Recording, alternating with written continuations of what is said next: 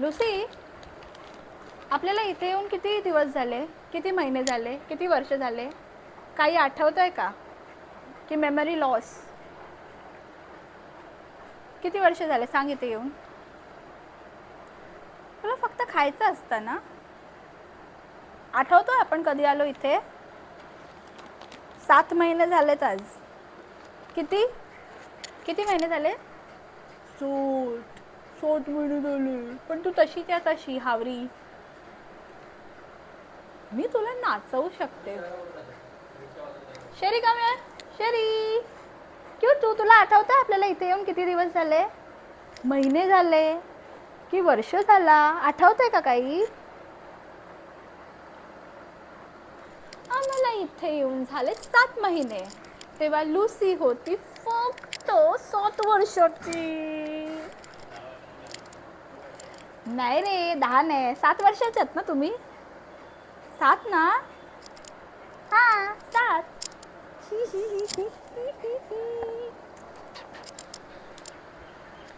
So आम्हाला इथे येऊन म्हणजे पुष्पक नगरला शिफ्ट होऊन 7 महिने झाले. जर्नी खूप वेगळी होती. म्हणजे मी जेव्हा माझ्या पॅरेंटल हाऊसमध्ये राहायचे, it was a very small house. म्हणजे खूप लहान होतं ते घर. एक 270 स्क्वेअर फीटचं 1 BHK, जिथे मी, माझे मॉम, डॅड, माझा भाऊ आणि मी राहत होते. Then obviously I got married आणि मग शिफ्ट झालो आम्ही वाशीला. It was a rented house. आणि मी अशा फॅमिलीमधून आले जिथे माझ्या पेरेंट्सचं स्वतःचं घर होतं आणि ऑल ऑफ सडन मी रेंटवर राहते. ते मला कुठेतरी डायजेस्ट नाही झालं. म्हटलं ठीक आहे, बघूया कसं चाललं आहे. एक्सपिरियन्स खूप वेगळा होता. म्हणजे माहीतच नाही ना रेंटवर कसं राहायचं, किती रेंट असतो, कसा द्यायचा, कसं पे करायचं, घर कसं शोधायचं. ऑब्व्हियसली मी या जर्नीमध्ये एकटे नव्हते, माझा हजबंडही होता. आणि मिळालं आम्हाला रेंटेड हाऊस. छान होतं, पण मला आवडलं नाही ते. म्हणजे एक नेहमी असं असतं की यार रेंटवर पैसे टाकणं म्हणजे वेस्ट ऑफ मनी. तर नेहमी असं होतं की एक स्वतःचं घर असलं पाहिजे, ओन हाऊस. मग ही जर्नी मी सुरू केली माझ्या हजबंडसोबत एक 7-8 महिन्यापूर्वी. आणि टुडे वी आर युअर स्वतःच्या घरात, पुष्पक नगर. आणि आय थिंक, नॉट शुअर तुम्हाला हा लोकेशन माहीत असेल की नाही.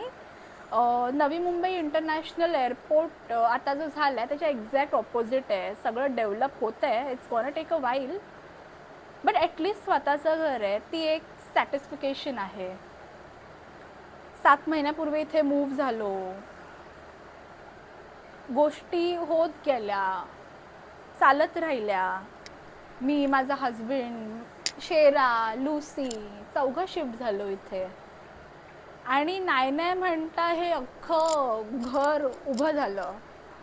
स्क्रॅचपासून स्टार्ट केलेलं. म्हणजे लिटरली जेव्हा आम्ही डिसाईड केलं ना की म्हणजे असं स्वतःचं घर घ्यायचं आहे, ओन कॉन्ट्रीब्युशन म्हणजे डाऊन पेमेंटसाठी आमच्याकडे लिटरली